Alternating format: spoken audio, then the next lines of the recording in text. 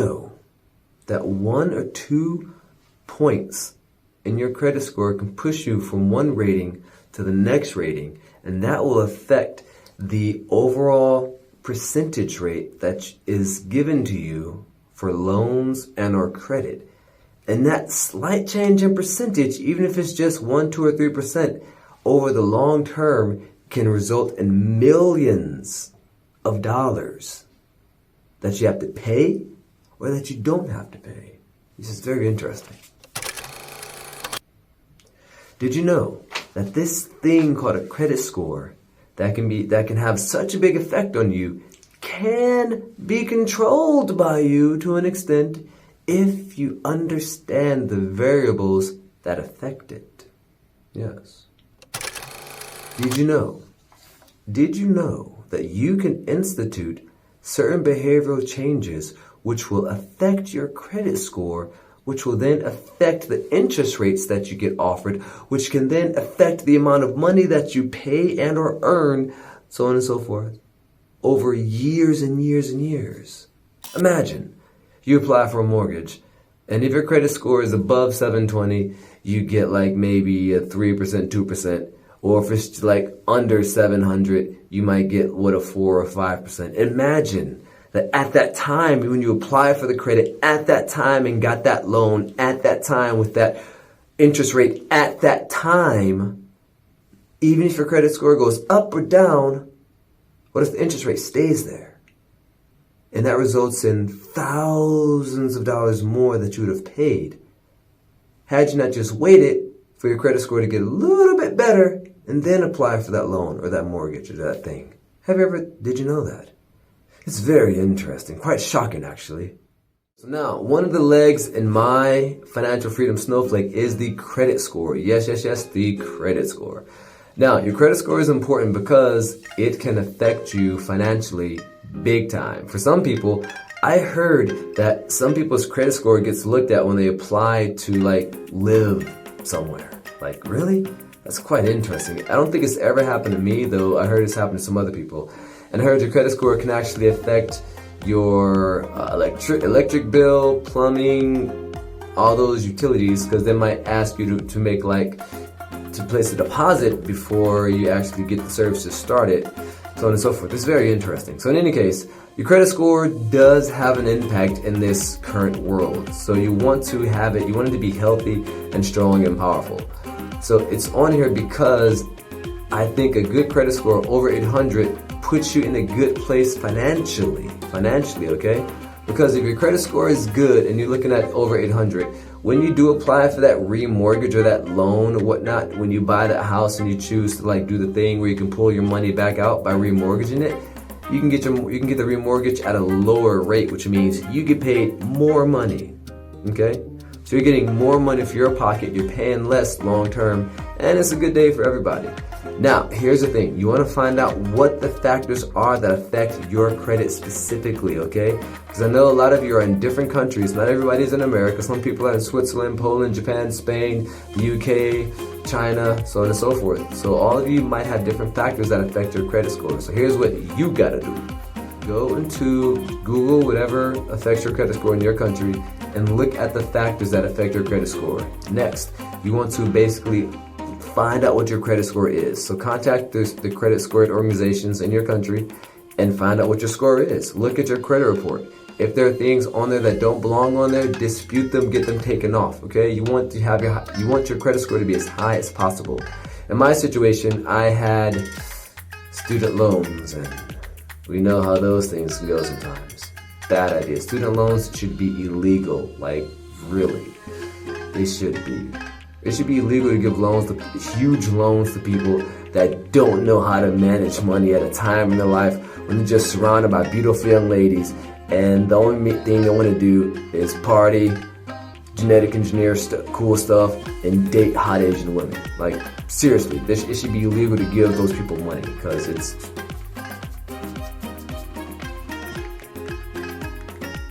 Okay, maybe that's too much information for you, but I'm keeping it real, alright? So, in my situation, I had some loans default. Yeah, don't let that happen, ever. Defaulting is bad, alright? Capital bad. Then what else? My credit utilization got high. Yeah, I maxed out 2 of my credit cards, and that's bad. That can tank your score. And so I'm like, okay, what's my strategy for handling this? I'm like, okay, I have to first off take my utilization down. So I made a payment plan. First, I stopped. I had to stop the bleeding because I had a mental mindset of, hey, I got credit available. I'm gonna spend it, baby. Starbucks, yeah, party, and stuff like that. Or maybe I'm out shopping and my wife's like, hey, let's go buy this. I'm like, I don't have enough cash at the moment. And she's like, but you got a credit card, right? Just charge it. And so that happens. And so to make a long story short, my credit cards are like, pay it down, charge it up, pay it down, charge it up. Like giving breathe, like, you know how you breathe life into someone, only it's like you're breathing life into your debt. You're like, breathe, debt, breathe. Come on, debt, you can do it, survive. And it was just bad. And so I had to cut the bleeding. The things that were charging my credit card, I just cut them off. And I stuck them onto a debit card that I got from a cryptocurrency organization. And now, if there's not enough money on the card, the charge doesn't go through. It says decline insufficient funds, and I'm not embarrassed about that. I am thankful that that's there. All right, overdraft fees suck. They should be illegal. Next, it also gives me like 4% return at XLM. So I'm like, sweet. And so then I cut the bleeding. I took the charges off of those credit cards. I made up a plan to consistently pay it down. All right. And so I am paying down my credit cards. Now, little known fact, I'll tell you something. I started investing before I worried about this paying off my credit cards and stuff, because I'm like, I want to invest. I want to grow my wealth. And at this very moment, I literally have more than enough invested to pay off my credit card. Just pay them all off, pay it all off. But I'm not going to, because I realized, because after I paid off a credit card, I'm like, yo, I just take this money, pay it off. I did that, and then what happened? Paid it down, it went back up. And I'm like, why? And that's because I still had the mindset and the habits of building it up. So now I said, okay, I'm going to pay it down. I'm going to pay it back bit by bit. And by paying it back bit by bit, I'm developing the financial strength to control my credit, the mentality to control my credit. So now I'm not letting some shopping spree, some random thing, some new phone, some request from my wife push my credit up. I'm like, nah, we got the cash, we're using it, all right? We're not using the credit card, forget that. We don't need it, it does not exist, all right? Now my credit card is going down, down, down. And funny thing is, then my credit score starts jumping up. It's like boom, boom, boom, boom. I'm like, what? You mean to tell me I pay this down by like 30, 40, 50, maybe $100 and my credit score increases by like 30 points? Okay, thanks. So yeah, so what happens is, I chose the long route, so to speak, or I chose this route because it makes me more mentally, financially stronger. So even though I could literally pay my credit cards off right now with money I have from my asset column, I'm not. Because I know the strength that I'm developing from paying it off like this. Plus, the distaste from doing it this way makes it so much more of a, it makes me dislike charging it back up so much more, because I know the length of time and the money spent doing it this way. So yeah, so with you, find out what's affecting your credit score if it's not at the top already. Start instilling the mental habits to change it and get it up, up, up, up, up. All right, get it up and keep it up. All right, have a good day. Call to action. Now, we're going to go over 3 steps that you can use to assist you in making your credit score better if it's not already at the top, which it very well might be. Number 1, find out what your credit score actually is, okay? So different countries have different credit scoring companies and ways of doing so. So whatever country you're in or from, find out what they are. In America, they have the FICO score, Experian, TransUnion, and some other companies, yeah. And from those companies, they generally give you like a credit score, but they vary. So your credit score can be different on different values within different companies because they look at different things.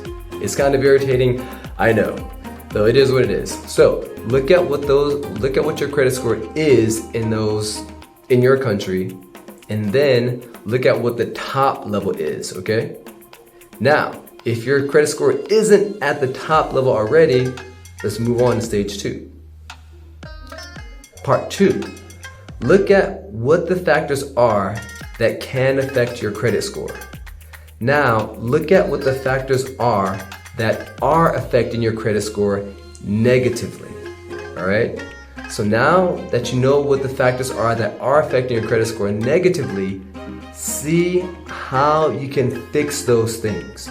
So look at how you do some research, right? Do some research on this and find out what you need to do to fix that thing or those things that are impacting your credit score in a negative way, okay? So, an example for me would be, let's see, credit utilization. My credit utilization was at one point like 102%. It's possible. With me, all things are possible. Well, not all things, but many things. Yeah. There's a Cleveland joke in there somewhere.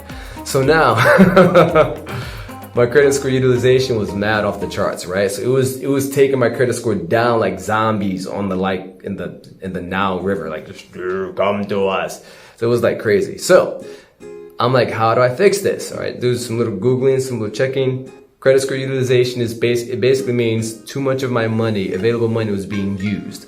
A good credit score, or when the credit card companies are looking at your credit score, or your credit rather, they want to see you utilizing around 10%, all right? It's weird, but 10%. They say 10 to 30%, but actually keep it at like 10%. So this means if you have if you have about $1,000 that you can use in credit, and you use 1,000, your utilization is 100%. If you use 500 of that, your utilization is 50%. If you only use 100, your utilization is 10%, and your credit score will be thusly affected based on those things. It's very interesting. So I started paying it down, though you already heard that story. So let's go on. Now, the third thing you're gonna do, number 3, get started today. All right? So you've made a plan, you've looked at your credit score, you've seen what's hurting it, if something is hurting it, you made a plan to stop it from hurting it. Now, start. What is that thing that keeps people awake at night? Afraid to go to sleep, afraid to look at their phone, afraid to check their bank accounts, afraid to answer the mail. Answer the mail? You know what I mean. What is that thing that's so powerful it can almost wreck a beautiful marriage built in matrimony and awesomeness? What is that thing that follows you almost wherever you go, whispering in the back of your mind? Bye, bye, bye, bye, bye, bye, bye, bye, bye, bye, bye, bye, bye, bye. What is that thing that if it goes untamed can take your whole financial world and make it crumble and crash into the ground, to the ashes, not rising like the phoenix, no, but sinking like the mud in the earth? That thing is credit card debt. No, wait, not credit card debt. That thing is